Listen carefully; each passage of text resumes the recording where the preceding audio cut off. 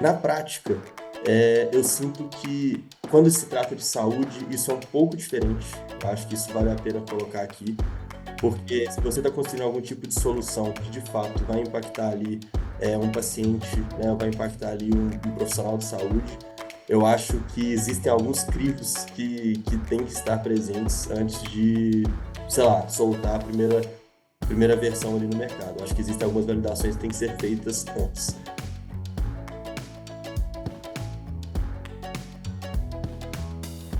Olá, pessoal, tudo bem? Chegando aqui para dar boas-vindas a todos. Meu nome é Rafael, eu sou head aqui do Vibe Unimed. Para quem ainda não conhece, o Vibe é o hub de inovação da Unimed Vale do Taquari e Rio Pardo. A gente fica localizado aqui em Lajeado, no Rio Grande do Sul, e aqui a gente acelera e investe em startups da área da saúde de todo o Brasil.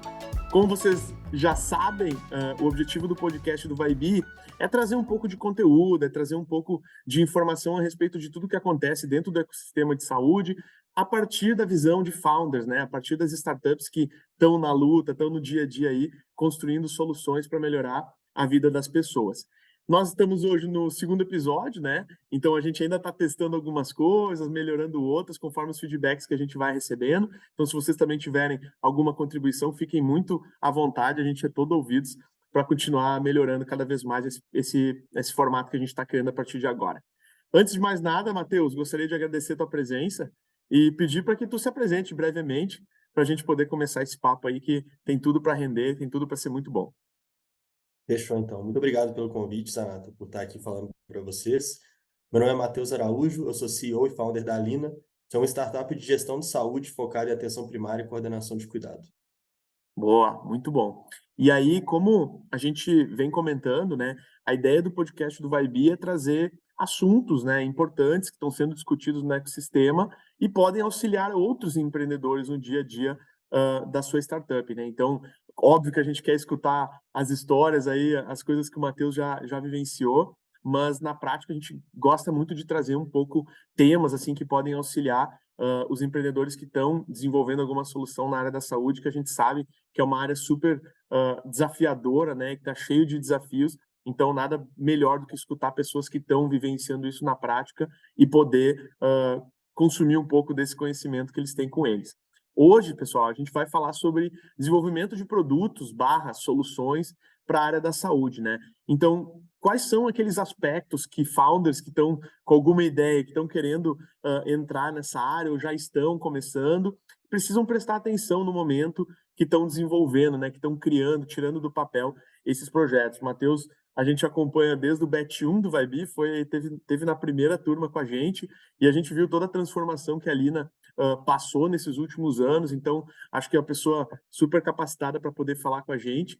E aí, Matheus, vamos nessa, já vou emendar essa introdução com a primeira pergunta, e aí eu queria que tu falasse com a gente um pouco no seguinte tema: como que tu percebe essa jornada que começa numa ideia e evolui para um primeiro MVP, assim? A gente sabe que, sei lá, startups tradicionais, empresas tradicionais, startups tradicionais, vai lá, monta, apresenta e tal, mas na saúde a gente tem outras variáveis que muitas vezes impactam para tu poder fazer um MVP e botar na mão das pessoas para testar. Mas como tu tem percebido, assim, eu me lembro tu contando a história, né, quando vocês começaram, poxa, foi lá no Excel mesmo para validar a hipótese. Como é que tu vê, após esses anos, assim, após ter passado por isso, essa evolução, assim, como é esse processo de evoluir a ideia para um primeiro produto que pode ser colocado na mão de um possível, de um futuro cliente para que ele teste e dê suas contribuições? Legal. Bom é que, como eu estava no Batch 1, eu participei do MVP do Vibe e agora do MVP do podcast, né? É Mas isso aí. a gente vai Muito ver na bom. prática como é que está indo. Olha, eu acho que essa questão de produto, ideia, MVP, por muitas vezes ela pode ser romântica, né? A gente já tem aí N livros, conhecimentos que hoje, acredito que o pessoal aqui, público-alvo que está ouvindo isso, já deve estar careca de saber sobre, de fato, tentar fazer o mínimo produto viável, ou seja, usar o básico ali, pode ser até um PowerPoint ou um Figma, alguma plataforma de design, para construir uma solução, soltar rápido no mercado, testar rápido, errar pouco. Acho que isso é o que, vamos falar Sim. assim, né? É o conhecimento geral. Na prática, eu sinto que quando se trata de saúde, isso é um pouco diferente. Eu acho que isso vale a pena colocar aqui, Uhum. porque se você está construindo algum tipo de solução que de fato vai impactar ali um paciente, né, vai impactar ali um profissional de saúde, eu acho que existem alguns crivos que têm que estar presentes antes de, sei lá, soltar a primeira versão ali no mercado. Eu acho que existem algumas validações que têm que ser feitas antes. E aí vale fazer um disclaimer aqui rápido, que a gente aqui na Lina trabalha com software, né? A gente não trabalha com hardware, então acho que existem uma N outras preocupações se quem estiver trabalhando com hardwares ou mesmo softwares, mas que tiverem certificações de Anvisa, enfim, vão passar por outros tipos de percalços, desafios, que a Lina particularmente não passou, mas eu acho que a experiência que a gente tem hoje pode abranger bem esse ponto.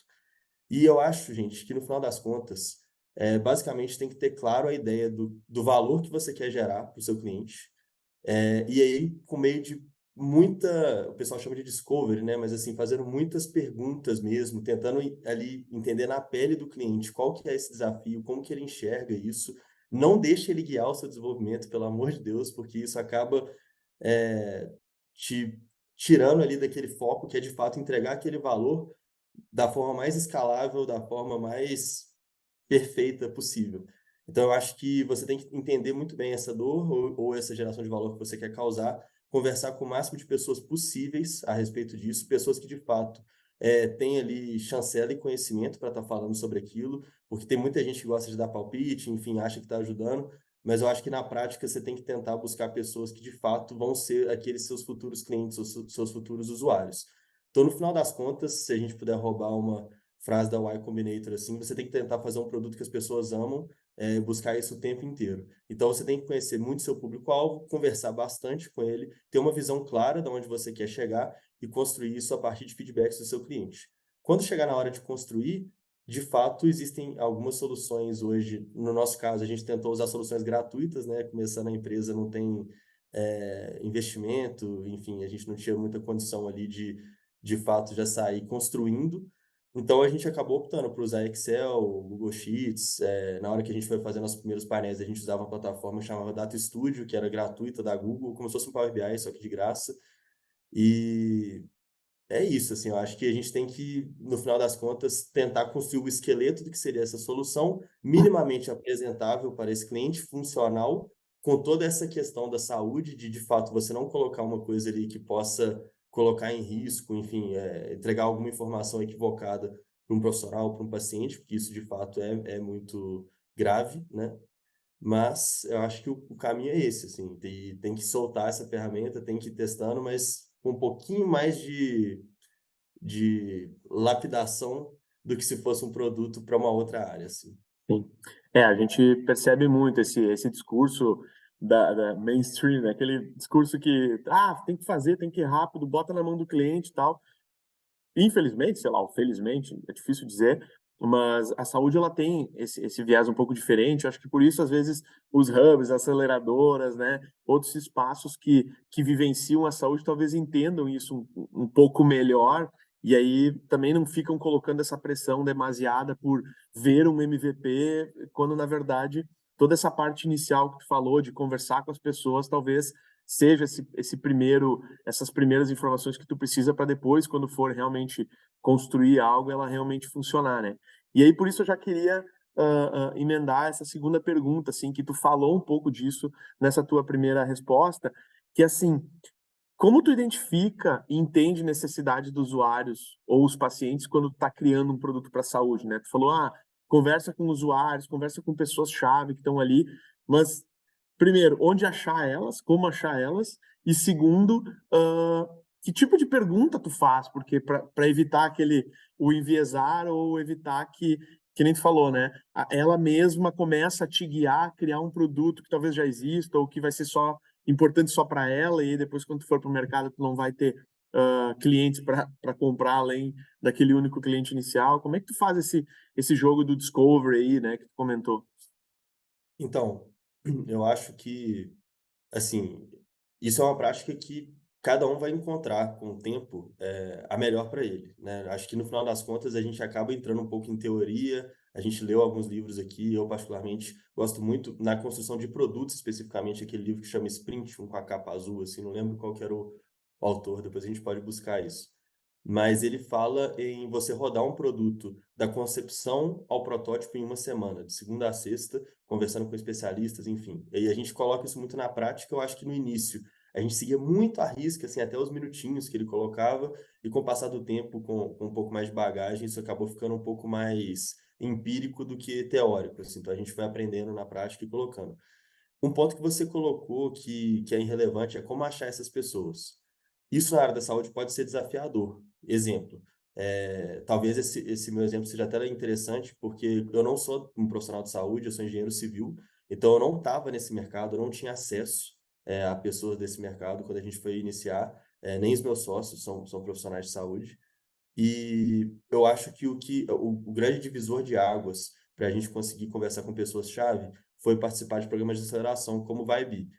Então a gente de fato buscou, entrar nesses hackathons ou programas de aceleração que tem pessoas-chave que possam ser ali seus próximos usuários ou que possam te conectar com pessoas assim, e cara, se apoiar nisso. Eu acho que o Zanata sabe muito, assim, fica igual o ferrinho de dentista, assim, incomodando, mandando pergunta, pedindo para validar, porque é uma das poucas janelas que a gente tem de teste de produto. Então, assim, eu penso dessa maneira, né, você tenta achar, então, algum hub, algum lugar, um ecossistema que vai te dar acesso a essas pessoas, fique em cima delas para conseguir essas respostas e mapear isso tudo, possa assim, tipo, busque conhecimento nos livros para conseguir, pelo menos ter a espinha dorsal de como que vai ser o seu processo, mas com o passar do tempo você vai achar o que que é mais valioso para você. É. Não, e eu lembro aqui uma vez que vocês estiveram aqui com a gente, né, vocês fizeram essa sprint nos minutos, como tinha que ser, e eu acho que serve como um bom ponto de partida, né, quando tu não tem a metodologia muito organizada, e com o passar do tempo, tu vai entendendo, cara, aqui eu tenho que dar muita atenção, aqui a minha equipe já está mais tranquila, já lida bem com, para não ter viés, para não ter, ficar daqui a pouco priorizando coisas que ele acha importante, mas na verdade não são importantes para o produto. Então, acho que aqui tem um papel assim do amadurecimento da startup também como um todo, né, da organização como um todo, que vai entendendo onde pode funcionar melhor uma coisa ou não. Acho que isso é super legal. E assim, tu comentou um ponto importante assim dos programas de aceleração, né? Assim, ou os hubs que tu acaba te conectando, e Brasil afora agora tem vários verticalizados, assim, tipo, de cada área está começando a surgir bastante, e é legal. A gente vê startups nossas aqui que passaram por aqui e agora participam de outros, e cada um tem um conhecimento diferente, tem uma abordagem diferente, tem pessoas diferentes para tu conversar e trocar ideia, o que é muito importante. E eu aqui pelo nosso lado, é muito legal quando a gente percebe os empreendedores interessados também. Então, assim, tenho certeza que vocês não estão incomodando o gestor do programa lá quando vocês estão fazendo as perguntas, quando vocês estão mandando as dúvidas que vocês têm, porque no final das contas é para isso que a gente está aqui, né? Para isso que a gente quer ajudar. Então a gente se sente também fazendo parte da história, conseguindo ajudar. Então, assim, aproveitem que vocês não vão estar incomodando os gestores, bem pelo contrário, vocês vão estar dando significado para o trabalho que no final das contas eles estão fazendo ali. Então, isso aqui serve aí para as startups que estão nos escutando e estão organizando para isso. Matheus, e aí é o seguinte, cara, a gente tem que olhar a eficiência, a gente tem que olhar a segurança mais do que nunca dentro dos produtos de saúde, né? Então a gente tem informações que precisam ser protegidas e ao mesmo tempo, cara, não dá para sair dando diagnóstico que não é verdadeiro, que pode no final das contas mudar a vida da pessoa, né? A gente já viu casos muito graves relacionados a isso. Então, o que tu considera essencial, assim, ao projetar um produto de saúde? Cara, que nem tu falou, a gente não passa por diagnóstico, por coisa assim, mas querendo ou não, tu participa de muitas rodas, tu tá vendo outras soluções também. No teu ponto de vista, assim, escutando do Matheus, founder de uma startup de saúde, o que tu entende que é fundamental, assim, para quem está desenvolvendo esse produto, cuidar na hora que ele está criando, né? Assim, é, é, é garantir a segurança ou vamos quebrar tudo no início para provar o ponto e depois a gente organiza, que a gente sabe que tem gente, pessoas que pensam assim. Como é que tu vê essa parte?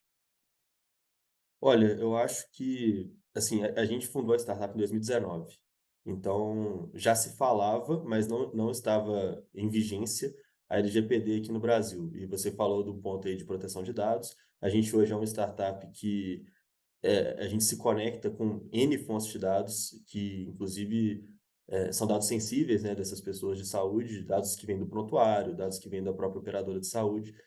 Então, desde o princípio, a gente teve que fazer um investimento relevante, né, em escritórios que detêm esse conhecimento, que pudessem dar para a gente esse embasamento, essa segurança para a gente operar. E não tem atalho, gente. Realmente, não, o risco é muito alto, é o que o Rafael falou, assim, não tem como cortar esse caminho.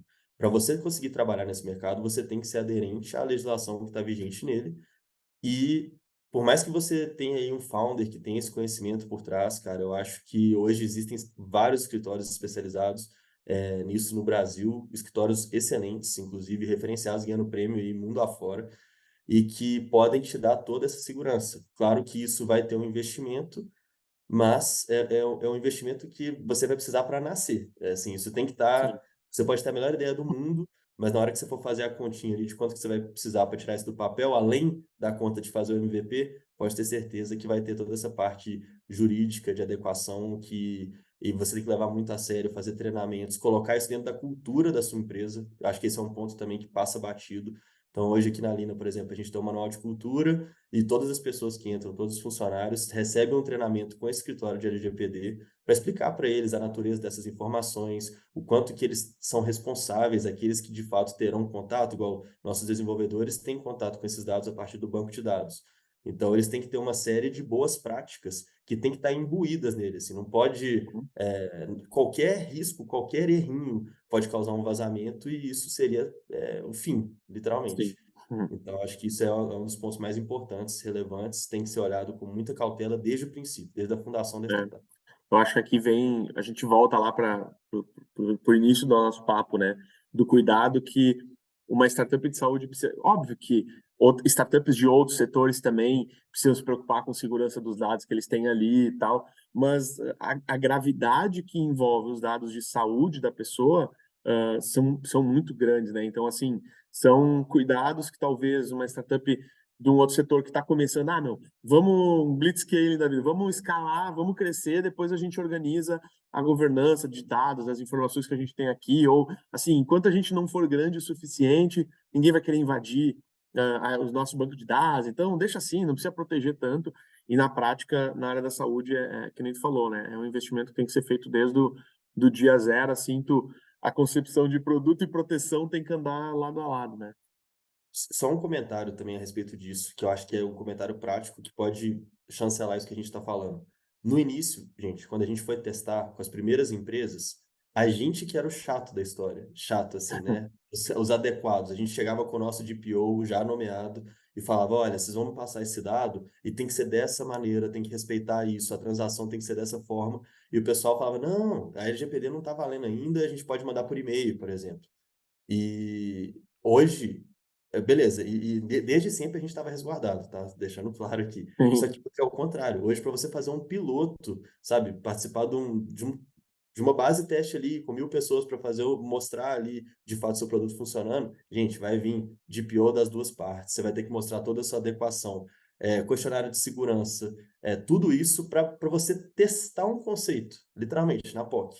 Então, assim, saibam que não adianta tentar fazer esse blitzscaling que o Zanata falou, que você vai precisar, sim, ter todo esse embasamento jurídico e estar preparado para entrar no mercado. boa, boa. E aí, assim, Matheus, beleza, criamos um produto, ele está adequado, está rodando direitinho.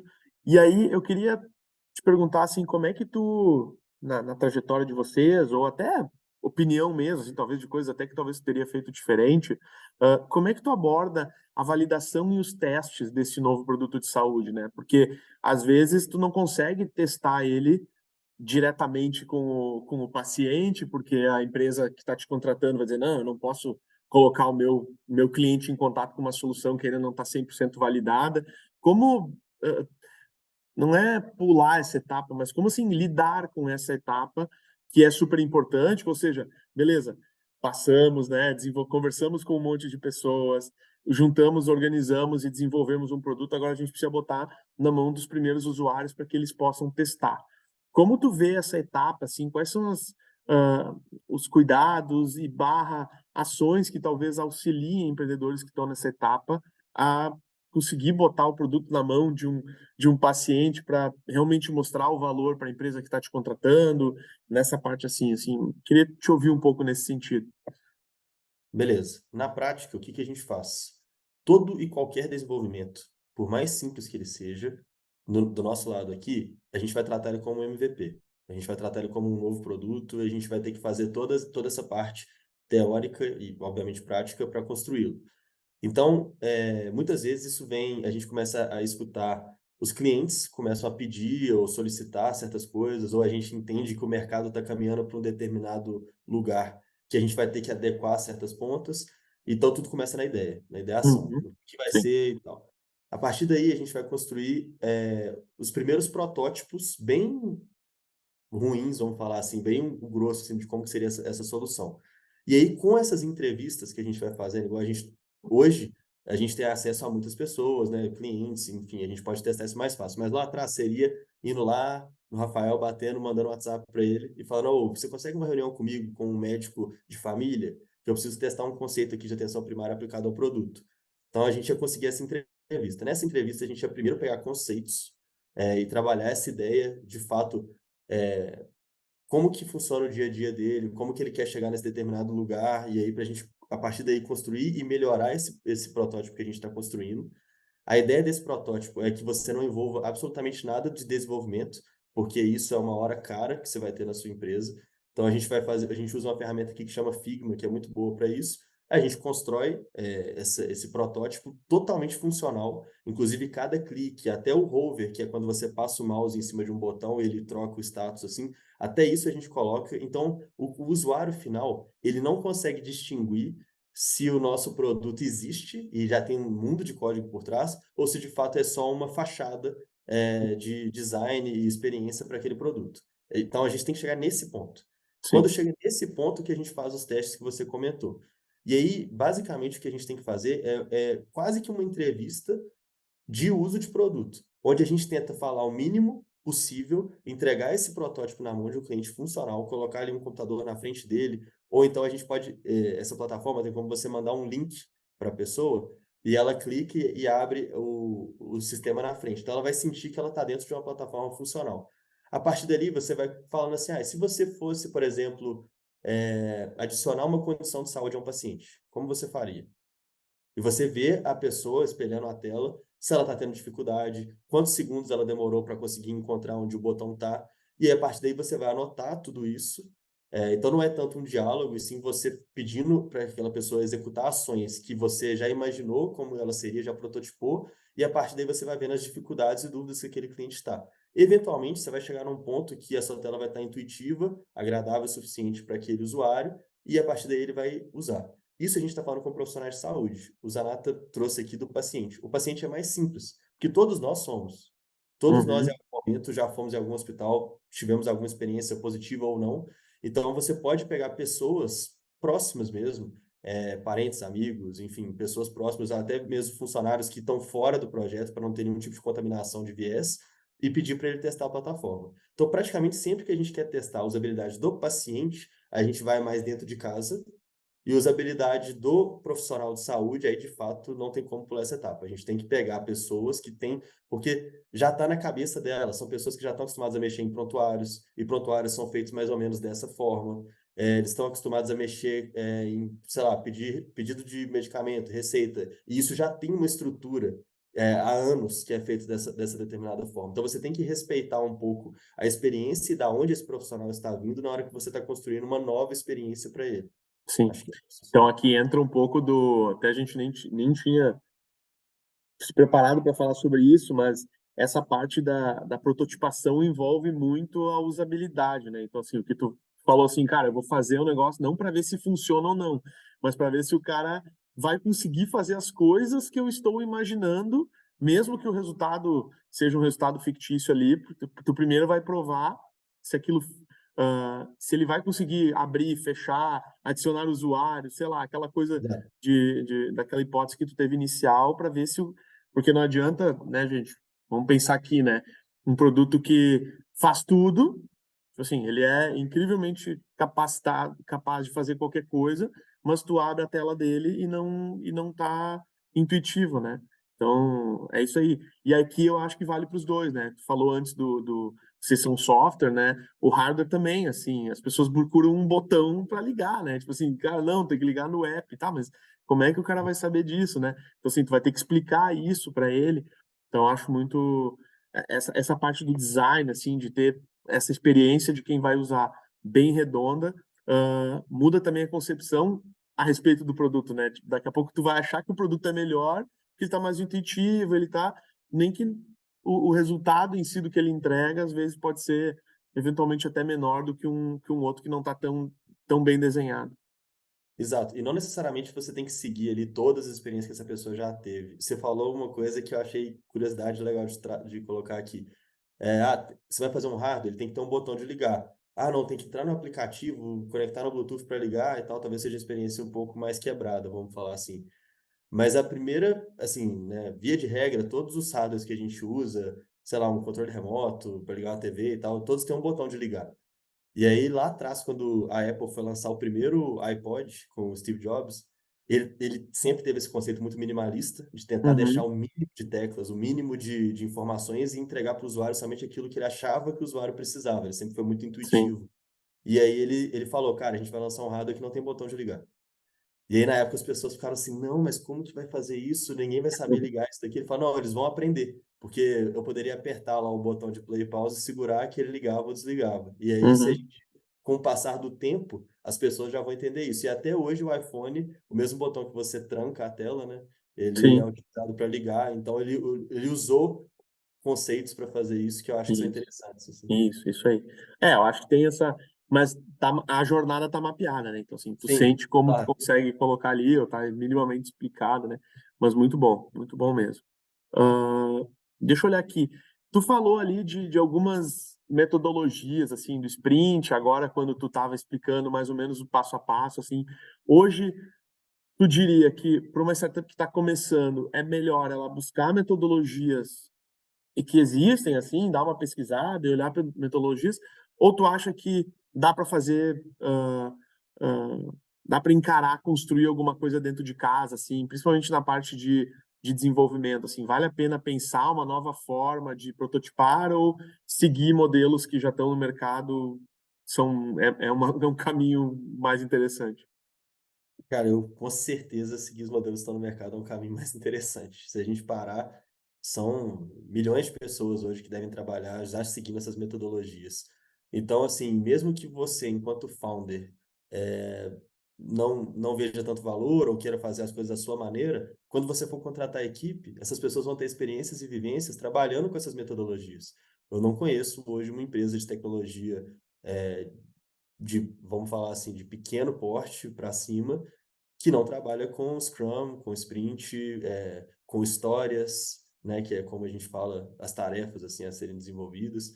Então, eu acho que foi um divisor de águas para a gente. No início, enquanto a gente era só os sócios ali trabalhando, não tinha muito esses ritos, né, que a gente fala. Uhum, Então, todos os dias vai ter uma daily, a gente vai conversar com a equipe, vai falar o que que a gente tem para fazer hoje, quais são os dificultadores. A gente não tinha nada disso. A gente era muito intuitivo, igual você falou. sim, Não se compara à produtividade uma vez que a gente começou a colocar em prática essas teorias. E mais uma vez, gente, existe um mundo de diferença entre você ler o livro lá de Scrum, aquele amarelinho com a letra vermelha, e de fato implementar. Aquilo ali vai te dar 80% de conhecimento e os outros 20 vai ser você ajustando aquilo que a sua equipe se sente mais confortável, mas se fosse dar uma dica, é outra que não tem como fugir. Se for começar uma empresa de tecnologia agora, estude Scrum, estude Sprint, validação, prototipação de produto, isso é muito importante, gente. E o mercado inteiro trabalha assim. boa, boa, muito bom. Gente, que nem eu falei, né? A ideia é que a gente divida o primeiro bloco com conhecimento, trocar uma ideia realmente sobre o tema do capítulo, mas a gente gosta de boas histórias, né? Ainda mais quando a gente tem a oportunidade de escutar, de ter junto com a gente aqui um founder de startup que na prática está enfrentando, tá nos desafios aí, nos perrengues que é rodar uma startup. Matheus, tu fundou a Lina, né, junto com outros co-founders. Eu queria falar um pouco sobre essa tua trajetória empreendedora, né, eu sei que tu tem outros projetos paralelos que rodam ainda, mas assim, sempre nesse lado empreendendo, sempre buscando fazer coisas novas e na Lina mais do que nunca, né? Eu queria que tu contasse pra gente um pouco da tua inspiração, motivação, assim, quando vocês decidiram fundar uma startup, então, né, nesse modelo diferente das empresas tradicionais. O que te levou a embarcar nessa jornada empreendedora, assim, numa solução para a saúde, no caso? Sim, é muita coisa que passa na cabeça quando a gente lembra do início. Mas, para contextualizar, eu vim de uma família que todo mundo empreende. Dos meus avós, bisavós, passando pela geração de tios, primos, irmão, todo mundo empreende em alguma área. E boa parte na área da construção civil, que foi justamente a minha formação. Então, quando eu estava me formando, enfim, eu entendia que ia seguir trabalhando na empresa da família e tal, mas, por um momento eu pude empreender junto ao meu irmão para fazer uma empresa de investimentos e uma corretora de saúde, e gostei muito, assim, achei muito mais emocionante estar no início de uma caminhada do que de fato ser ali mais um funcionário numa empresa, que eu acho que tem todo o valor, mas assim, para mim, não me emocionava tanto, não me dava tanta vontade, assim, de estar lá no dia a dia. Então eu comecei a buscar me entender um pouco mais na época, não sabe quando você está numa crise, assim, de para que lado que eu vou continuar investindo na minha carreira ou vou dar um salto de fé aqui, vou empreender, mas em que área? Eu formei em civil, eu tenho que seguir nessa área, então eu estava passando por todas essas dúvidas que eu acho que muitos de vocês aí devem, encontrar no dia a dia. E eu conversei com uma pessoa, cara fora de série, chama Paulo Emílio, e ele falou: "Cara, é sobre propósito. Se você entender qual que é o seu propósito, você vai conseguir trilhar esse caminho e ele vai ser ridiculamente natural para você. Só que Uhum. não é tão simples assim, né? Ah, beleza, então meu propósito agora é esse. E na época eu nem pensava em saúde. Em todas essas pessoas da minha família que empreenderam, nenhuma foi na área da saúde.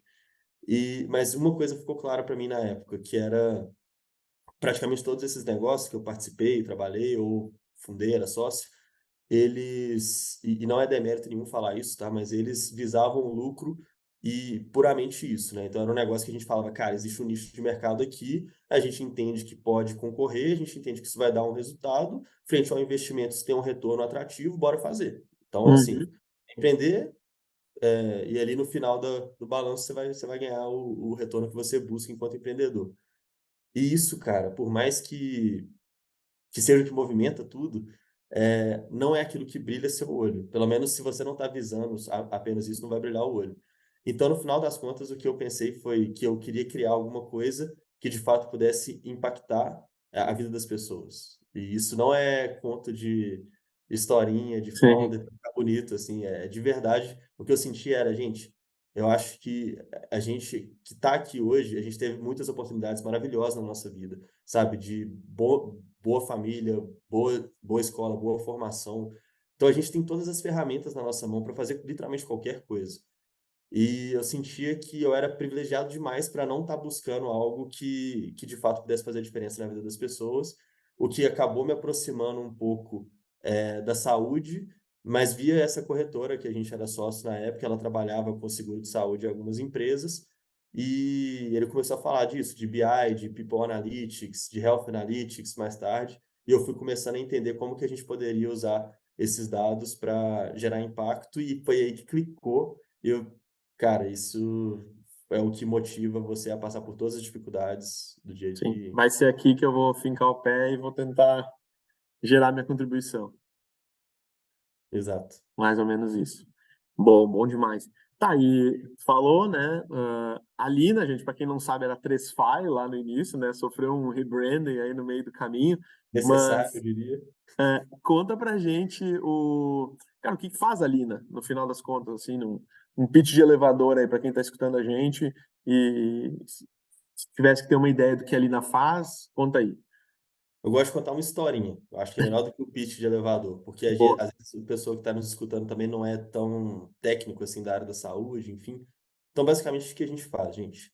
A gente trabalha ou com clínicas, hospitais ou operadores de saúde, e a gente vai se plugar na base de dados dessas pessoas, de forma bem simples. Então, basicamente, tudo que foi feito dentro dessa operadora de saúde, vamos supor que você tem um plano. Todas as vezes que você usou ele para fazer um exame, para fazer uma consulta, isso ficou salvo no banco de dados dessa operadora. Então, beleza. Então, a gente vai se conectar nisso. Hoje, esses dados eles têm um padrão por trás deles. Então, existem códigos que falam para a gente: olha, essa pessoa fez um hemograma, essa pessoa fez uma consulta no endócrino, opa, ela fez um exame de glicose. E a partir dessa trajetória que cada uma dessas vidas tem dentro do plano de saúde, a gente consegue entender essa jornada dela e predizer que tipo de comorbidade ou condição de saúde essa pessoa possui. Porque alguém que está fazendo ali exame de glicose a cada 3 meses, está indo no nutricionista, no psicólogo, no endócrino, é uma pessoa que tem um potencial muito alto de ser diabético, por exemplo. A partir disso, a gente pensou em quais seriam os protocolos ideais de trabalhar com essas pessoas. Então, a gente foi no Ministério da Saúde, Organização Mundial de Saúde, sociedades brasileiras de diversas especialidades, para entender, beleza, então, dado que esse paciente possui essa doença, que tipo de exame, consulta, procedimento ele tem que fazer para estar com a saúde dele em dia? Então, dado que a gente tem toda a base histórica e dado que a gente tem qual que seria o cuidado ótimo, pelo menos Real. formalmente sendo baseado em evidência, a gente conseguia saber quais pessoas estavam aderindo ou não. E aquelas que não estão aderindo são um risco para gerar uma relação de perda para todas as pontas. Porque uma pessoa que pode ter um evento agudo ali, ela não está cuidando tanto de uma comorbidade, ela às vezes está desregulada ali, tem algum sintoma e vai acabar internando, vai acabar indo na emergência.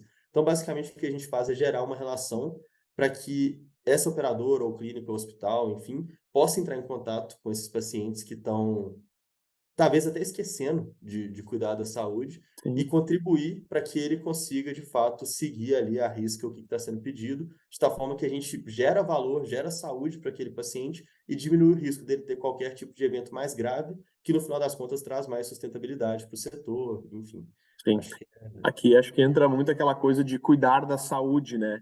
E não da doença, que a atenção primária tanto prega, né? Então, assim, ter a tua saúde controlada não é não fazer exames para não gerar custo, mas fazer os exames adequados, nos momentos adequados. sim, Eventualmente tem que fazer um procedimento, porque isso vai evitar outras coisas piores lá na frente. Então, eu particularmente gosto muito desse conceito e, bom, já te falei várias vezes, né, que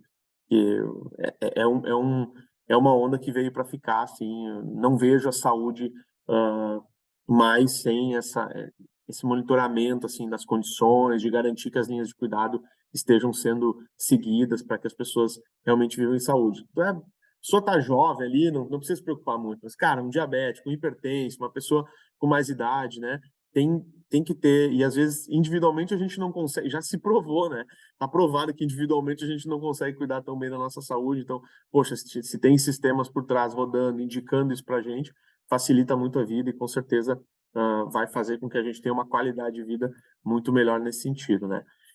E aí, cara, bom, tu começa de um jeito, passa por várias transformações, agora tá de outro jeito e a gente não sabe se também não vem transformações. É muito engraçado. Esse dia eu estava conversando com um empreendedor e ele disse assim: Zanata, sem brincadeira, assim, eu já mudei 180 graus a minha empresa, no mínimo umas 4 vezes. Ele disse assim, porque, cara, muda a condição, muda a realidade, não tem, cara. Se eu ficar fazendo daquele jeito, eu vou morrer. Então, assim, essa dose de adaptação que o empreendedor que decide criar uma startup precisa ter, assim, é disparado comparado com negócios mais tradicionais, né? Que tem uma trilha de mudança que ela vem mais lenta e tu consegue notar muitas vezes as coisas acontecendo. E aí eu queria te perguntar, assim, quais foram algumas lições que tu aprendeu ao longo dessa jornada empreendedora em saúde, né? Assim, lições que talvez em outros setores não tenham tanto, mas que para quem está empreendendo na saúde ou quem trabalha para a área da saúde precisa estar muito atento para não correr o risco de ficar para trás. com certeza a gente já passou por momentos aqui também de votar, trocar, mas sempre com o mesmo propósito. Acho que Sim, isso era do tópico anterior, mas que ele é, permanece aqui, assim, porque caso contrário, você não vai ter resiliência, que é o que você acabou de falar, para sobreviver a essas mudanças. Se sim. você não conseguir enxergar por que você está fazendo aquilo, muitas vezes nessas grandes lições aí, igual ele está perguntando, você vai acabar desistindo, porque não vou mentir, não é fácil. Acho que a gente já passou por muita coisa para hoje estar aqui. E se eu pudesse resumir, assim, algumas lições importantes, eu acho que seria assim: primeiro, não assuma nada, sobre o mercado. Então, principalmente eu, que caí de paraquedas no mercado da saúde, eu já tinha todos os conceitos já pré-estabelecidos. Então eu comecei a trabalhar primeiro com empresas, diretamente, né. Então a gente fornecia essa mesma análise direto para a empresa e a gente não tinha essa relação com a operadora. Eu já tinha todo um estereótipo de como que uma operadora funcionava, e isso muitas vezes guiava para uma direção errônea o nosso roadmap, a nossa estratégia. Aí, finalmente, a gente teve a oportunidade de trabalhar com a Unimed VTRP junto do Vibe. Já tive uma impressão completamente diferente de operadora. Tá, mas então todas as premissas que a gente tinha para tomar todas aquelas decisões durante 1 ano, 2 anos, estavam erradas. E isso Uhum. simplesmente por falta de validação. Então eu acho que uma das grandes lições foi isso, assim, né, você colocar para trás eh, todos aqueles conceitos que você tinha e de fato validar tudo. E mesma coisa que a gente acabou de falar para produto, vale para estratégia, vale para posicionamento, vale se você vai trocar de direção ou não. Busque esses conceitos com todas as pessoas, todos os stakeholders envolvidos. Então, a gente conversou com clínica, com hospital, com laboratório, com empresa de diagnóstico de imagem, tudo, para que a gente pudesse, de fato, ter uma noção de como o mercado funciona e, a partir daí, a gente se posicionar da melhor forma. Então, acho que isso é uma lição muito relevante, que se a gente fosse seguir intuição, com certeza não teria Lima aqui hoje, a gente já teria fracassado em algum momento. E de resto, eu acho que contratar pessoas foi um desafio relevante até aqui. E muitas vezes a gente olhava, tipo, cara, a gente precisa de, sei lá, uma pessoa desenvolvedora para ontem. Porque a gente pegou um projeto aqui, cria uma vaga, e em uma semana essa pessoa tem que estar aqui dentro. E aí não tinha todo um processo de RH, enfim, não tinha nada muito estruturado para isso, e muitas vezes a gente acabou quebrando a cara, trazendo uma pessoa que às vezes tecnicamente era excelente, e às vezes em uma outra empresa com uma cultura diferente ela voaria, seria uma pessoa excepcional, mas que não enxergava o desafio da mesma forma que a gente. Então, muitas vezes, na hora que a gente vai tomar processo de decisão, principalmente relevante desse, de trocar de direção, de se adequar ou penetrar um novo mercado, você tem que ter uma equipe inteira, uma cultura que consiga enxergar aquilo e trazer aquilo como uma decisão compartilhada de todos. Então, eu vejo que muitas vezes, se você tiver uma equipe que pensa diferente, não estou dizendo que você tem que ter todo mundo com a mesma cabeça, não, viu, Sim, gente? Mas, sim. no fundo, para trabalhar na Lina, você tem que buscar impactar positivamente a vida das pessoas, você tem que buscar melhorar a saúde das pessoas. Então, se você está desenvolvendo algo, criando um MVP para um produto que no fundo não está visando isso, que isso não está lá na espinha dorsal daquele produto, não vai dar certo. Porque eu vou querer descontinuar esse produto e vou acabar brigando com a equipe, então acho que a gente aprendeu na prática que o processo de contratação tem que ser muito bem feitinho, para a gente trazer pessoas certas que compartilham dessa visão com a gente. Acho que tem muita coisa aí, sabe? É. Não, eu acho que isso vai mudando, né? Mas a parte de pessoas, assim, nossa, é bizarramente importante, né? Então, assim, o quanto que. Eu entendi o que tu quis dizer.